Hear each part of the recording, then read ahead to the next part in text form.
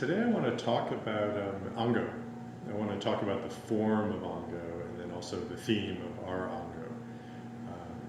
Yeah, I think this will be a nice inspiration, hopefully encouragement for our practice period coming up.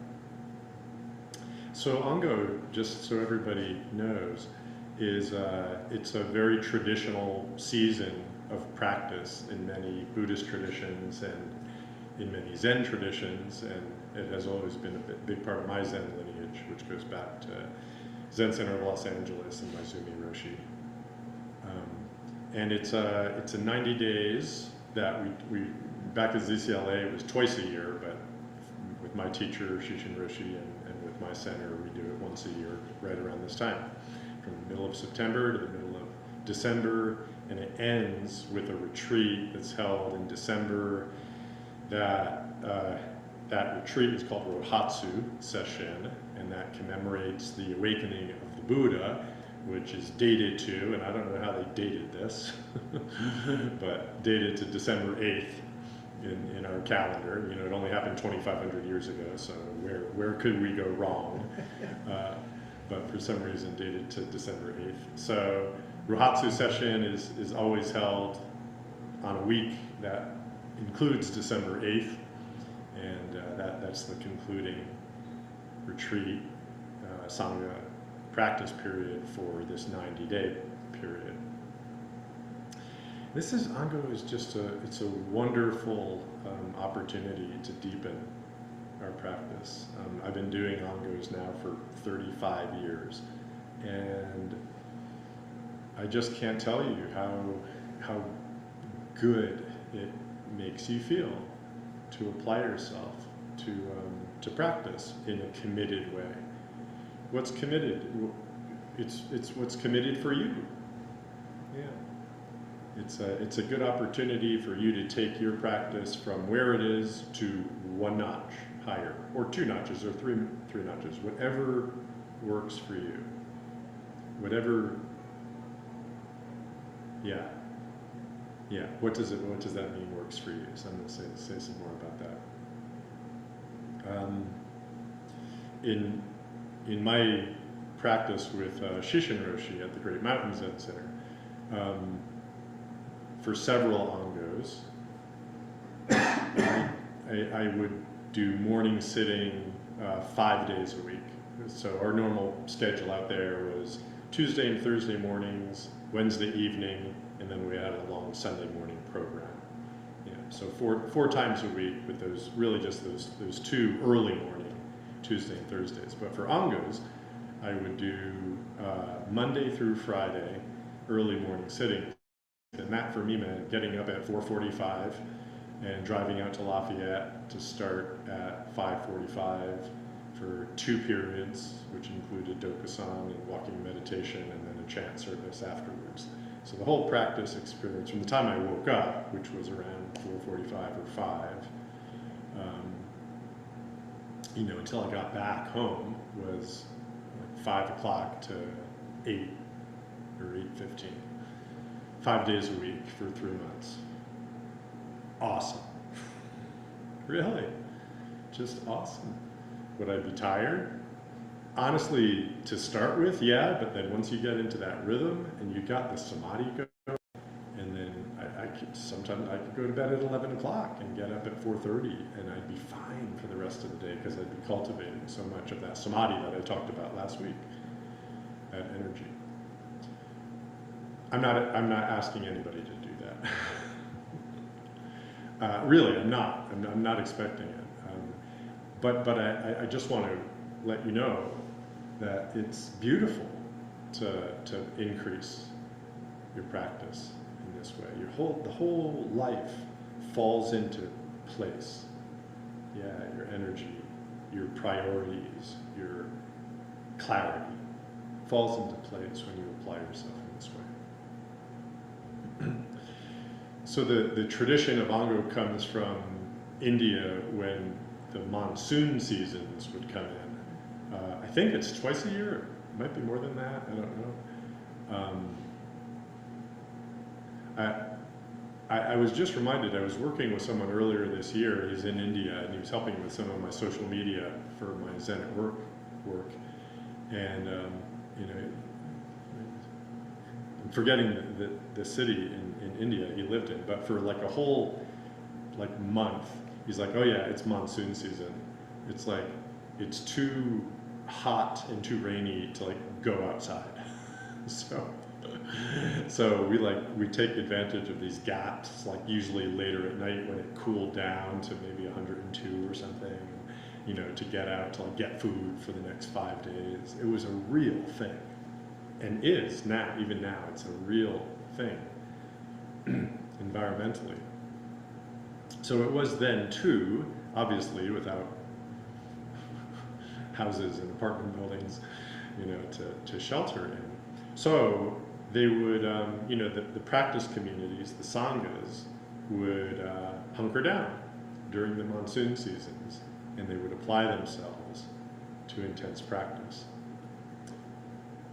And I have to think that they enjoyed it.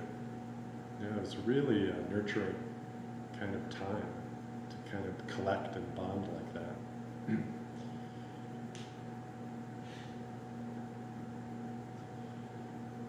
There's kind of a refuge in Ango from the monsoons, right? To join together in this way from the monsoons. And this came to me today, came to me yesterday. I feel like we're in a monsoon all the time. I feel like modern life is a monsoon of the mind and the heart. I mean it. It is. It's extremely chaotic. There's so much pressure. There's so much conflict, so much stress, so much that we have to handle individually, right? Because our culture is so individualistic. So there's so little, much less in the way of social support, of family support, for all of our lives. Yeah. So it's so much on us to do, to raise kids, to make money, to go to work, to make the livelihood. I'm not telling you anything you don't know, but I want to honor and respect, you know, the challenge of that, and to also honor how much this practice in Sangha can be a support for that. It is. It very much is.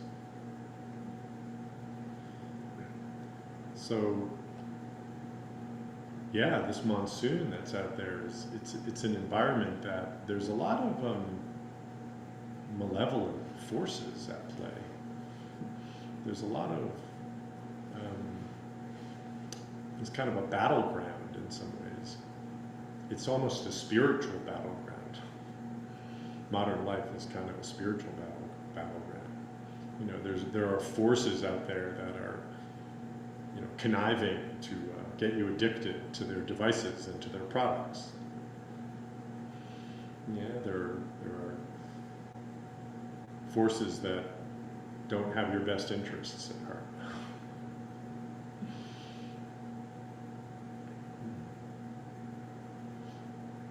So we all need, you know, protection.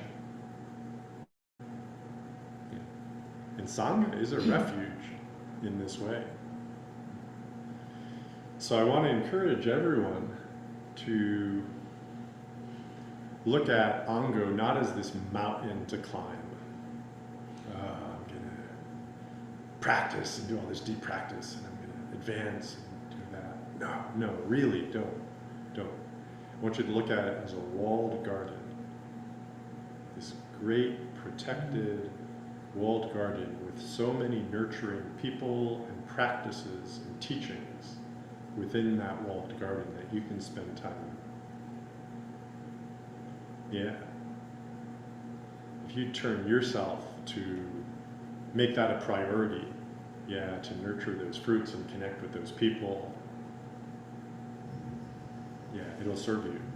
it'll serve you and it will serve each other as we all do this together.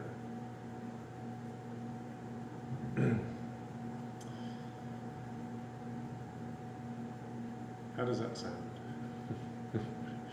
Sound good? Online? Does it sound good? Yeah. Okay. Smiles and up thumbs. Good.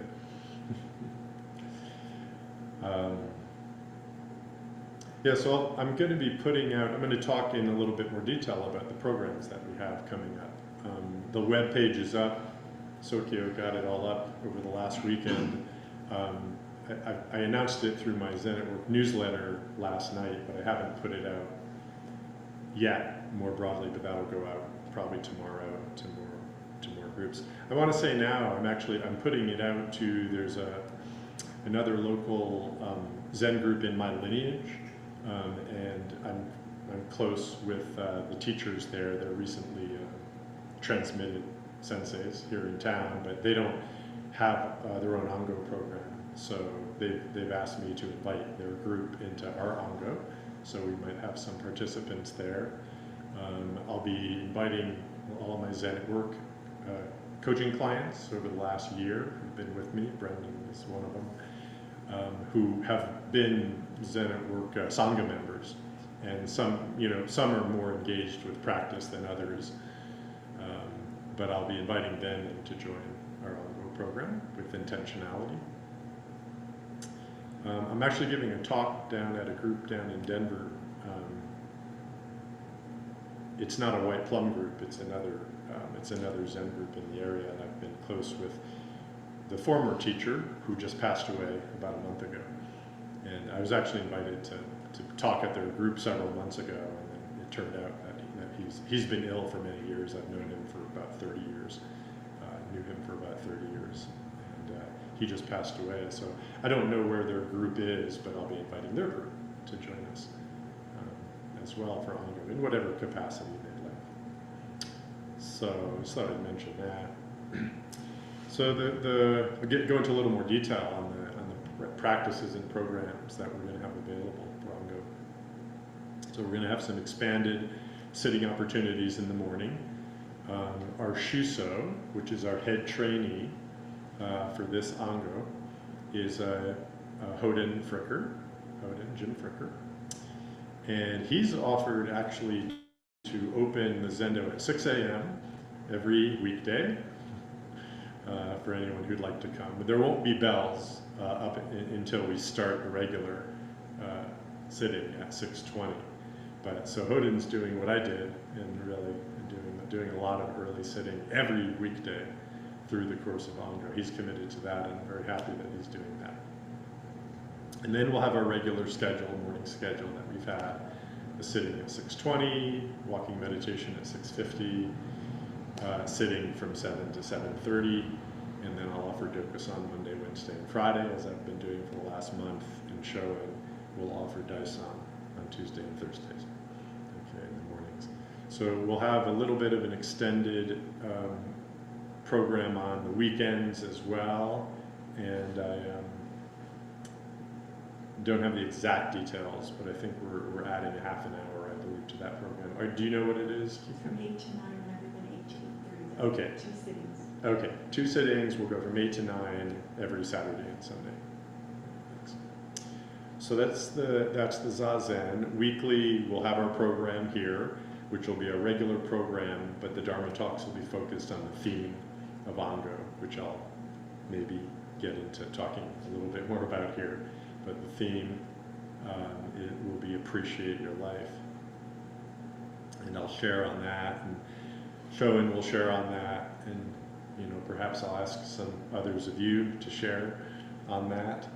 And I may also invite some other teachers to share with Dharma talks over the course of Ango. We'll have 4 retreats. Okay, the first one will be this weekend, starting on Friday. Most of you know about that, but those of you who don't, you're highly encouraged to join in with our Ango Entering retreat, which starts virtually on Friday, be a whole day at Willow Farm on Saturday, and then a half day on Sunday. And all of that program is also available virtually if you want to do that. We'll have the Ango entering ceremony, which many of you have participated in previous years, on Saturday morning at 9 a.m. And you can also join the entering ceremony virtually, even if you're not doing anything in the retreat.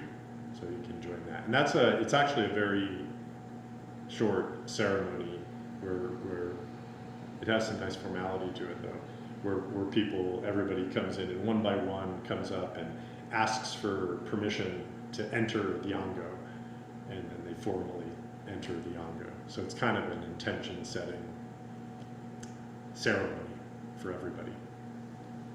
So 9 a.m. on Saturday for that. And then as part of this session, we'll also have a Fusatsu, renewal of the vows ceremony on Sunday morning. So yeah, I encourage anyone who hasn't signed up for that to sign up, all or part, local, or in person or remote. The next session will be, the next session will actually be a dancing Zen, Zazenkai half day that Miyoko and I had decided to put together. And there'll be more details about that. That'll be a different type of retreat offering. It'll have sitting meditation and also conscious movement, which is what she does. The reason we added this is because we did have the regular Enter Here retreat, our beginners retreat, scheduled for October 19th. Is that when we had it? No, 26th. For the 26th. We had it scheduled for the 26th. And somebody, me, had a schedule conflict, which he should have known about and communicated months ago, but only found out about last week. And having a strong desire to be at the Enter Here retreat, asked to reschedule it, and we couldn't schedule it a week in advance, so we pushed it off until November 2nd.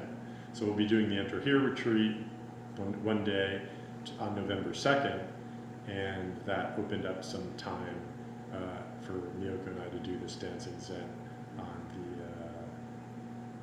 the 12th, Saturday the 12th. Okay, so then the Enter Here on on November 2nd, and then 2 weeks later, on the 16th, will be another Zazenkai on November 16th, and then we'll have our Ango ending retreat on December. It's the end of the first week of December. It's okay. Yeah, Yes, it's the 8th. yeah. I think it might be right on the 8th, and that'll conclude our Ango period. So 1, 2, 4 retreats. 4 retreats. Yeah. Do 1, do 2, do 3, do 4. Do 4. Do them all. Do them all. I know some of you are actually out of town, for some of them. But yeah, do as many as you can. It's beautiful.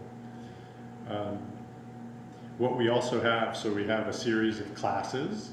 So we have our precept classes, which we'll run, and we run every fall. And those will be, the first one will be next Wednesday, September 25th. And then we'll have another one in October and another one in November. And I'll lead the first one on the 25th, and then Shorin will lead the one in October, and Gakyo will lead the one in November. So if you have any interest in exploring the Buddhist precepts,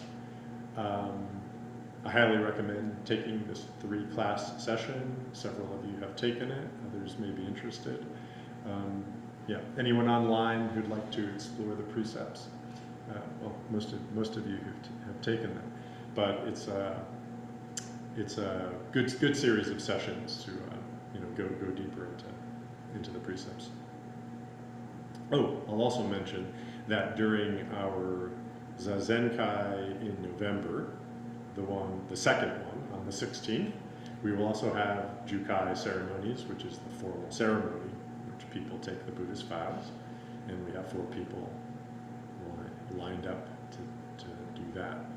So they're completing their rakusus now, which we hand sew, and we'll have 4 people taking Jukai in November.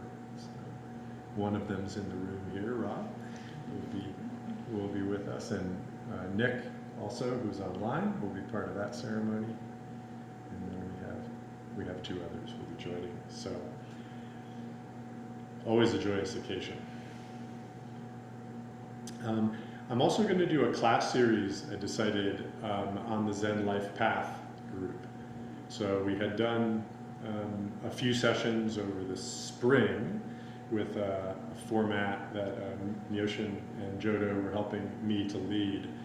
And I'm gonna re-engage that material, and I'm gonna lead 5 classes with the material of the vows in the 3 areas of our life: self, work, and other, and have a group process for exploring our vows in those areas. So those of you who'd like to sign up for that, you're welcome to jump in and join that. I'll put some more some more details out about that. But I'm doing this because I just feel moved to work with people in this way. I really enjoyed the work we were doing in the spring, and I think people's travel schedules sort of caused the participation to go down. Maybe some other things did too. But yeah, I'd like to get a group that's interested in. So I've got 5 dates that I picked out for that over the course of the 11 weeks of Ango. So it's once every 2 to 3 weeks it'll be a session. I've got those lined up for Wednesday early evenings, which is kind of the precepts classes are Tuesday or Wednesday too. So there's that 5 class series, which I'm hoping there'll be interest in doing that as well. Let's see, what else? Well, I'll also mention that we've got the Zen Foundations material, which many of you have done dives into, and that's also available. It's probably more for people who are not in the room right now, but new people who will be coming in. I guess I didn't mention, but we have the one-time Ango membership offering for $99, which is a discount off the regular group membership, which gives access to all of these programs, discounts on all the program events, and then also full access to the Zen Foundations class for the period of the membership. So there's a lot of opportunity for practice, study, and Sangha. Those are the 3 treasures right there. Practice is the Buddha treasure, study is the Dharma treasure, and Sangha is the Sangha treasure. Right?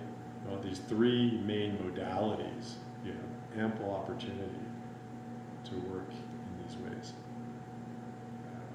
So appreciate your life is our theme. And I kind of started introducing it last week. What Maezumi Roshi meant by that quite explicitly is appreciate your life as the subtle mind of nirvana, or appreciate your life as the awakened life. Okay? There might be a tendency to go appreciate your life, and that's of the quality of this tastes great, this feels great, oh, what a life I have. Yes, to that, there is that, just fully appreciate. And really, at the depth, it is just that. At the deepest level, it is just that. What a breath, what a taste, what a person, what a feeling. But how often do we fully appreciate moment to moment to moment to moment? No, there's usually some gap. There's usually a disconnect. There's a separation inside that is keeping us from doing that, or gets in the way of us doing it. Maezumi Roshi called it, it's the separation between yourself with a capital Y and yourself with a lowercase y. So how do you close the gap between yourself and yourself? yourself in terms of your limited, relative personality, persona, self-sense. And that bigger why, that awakened nature that knows itself to be one with the cosmos, one with all beings. Closing the gap.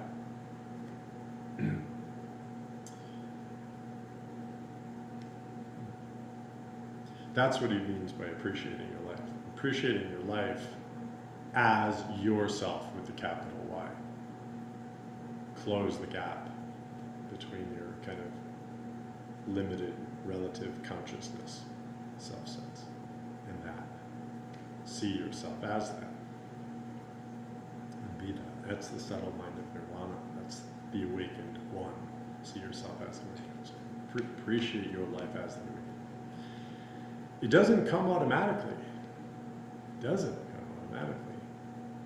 Right? I mean, maybe a glimpse of the absolute can come, in certain circumstances when conditions are right. We really can have a falling away of the self-sense and we see ourselves to be that. But all those experiences fade, ultimately. And that's what Zen practice is all about. It's about working with ourselves, studying ourselves, working with ourselves in such a way that that gap becomes alive, you could say. Right? If we become alive in that gap, then we've closed the gap because we're in contact with both.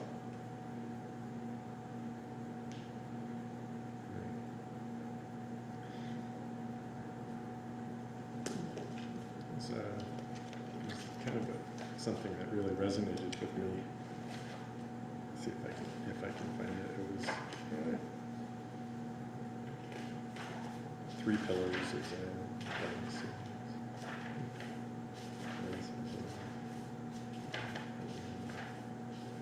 Oh, yeah. Close the gap between yourself and yourself. We get stuck when we try to figure this out intellectually. From the intellectual point of view, the start and the goal must be different. This shore and the other shore can't be the same. So what to do? There are as many different paths to realization as there are people. Every one of us has our own unique path to realization. Why? Because all of our small y yourselves, small s selves, they're all unique, right? They're all infinitely unique with different karma, different circumstances, different everything, right? The big Y, we share that, but the small y's are all unique. So the path is unique to each of us. But he says there are two basic ways of practice. One is to push ourselves to realize that our life is the Buddha's life. And another way is to simply let our life be the Buddha's life and just live it. I was reading this and I was like, oh, I think he's going to say don't push, right? He's going to go for that latter one. But he didn't. He said, in a way, this is the difference between koan practice and shikantaza practice. So he's actually kind of validating that push part. I'm going to say that again. One way is to push ourselves to realize that our life is the Buddha's life. Okay, there's an orientation to practice where we're like, okay, I really want to realize this. I really want to experience this. Okay, it keeps us from being complacent. We're saying, oh, it's all good. No, we need to protect. We need to apply ourselves. We need to practice strong in order to realize this. And we can practice in the way of just letting our life be the Buddha's life and just live it.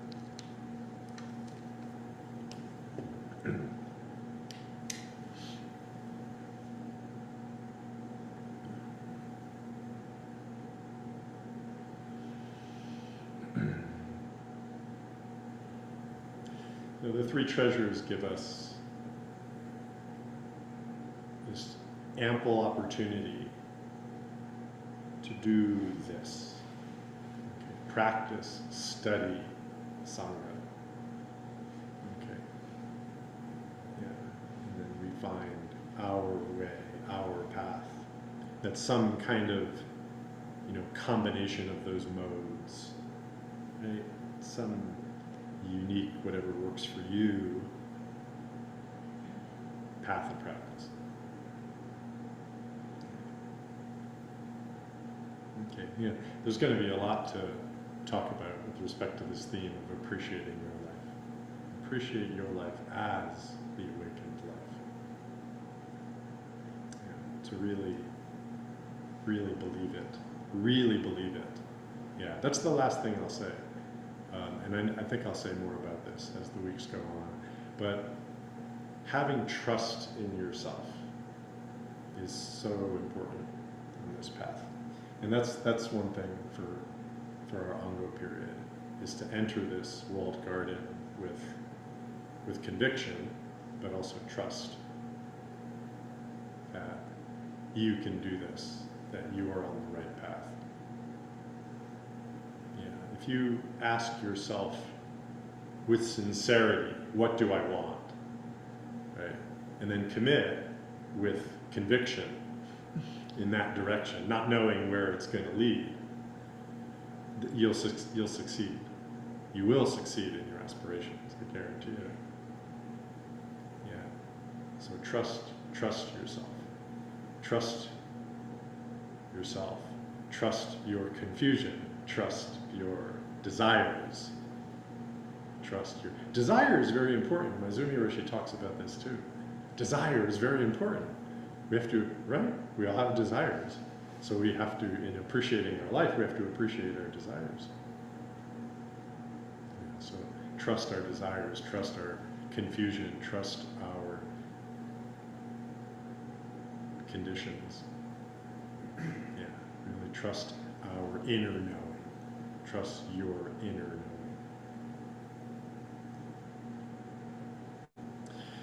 I'm kind of inspired. I've just been going on and on. I'm kind of jazzed up about this, so I think it's time for me to be quiet. Okay. All right, thank you all for listening. I hope you're as excited about Ango as I am.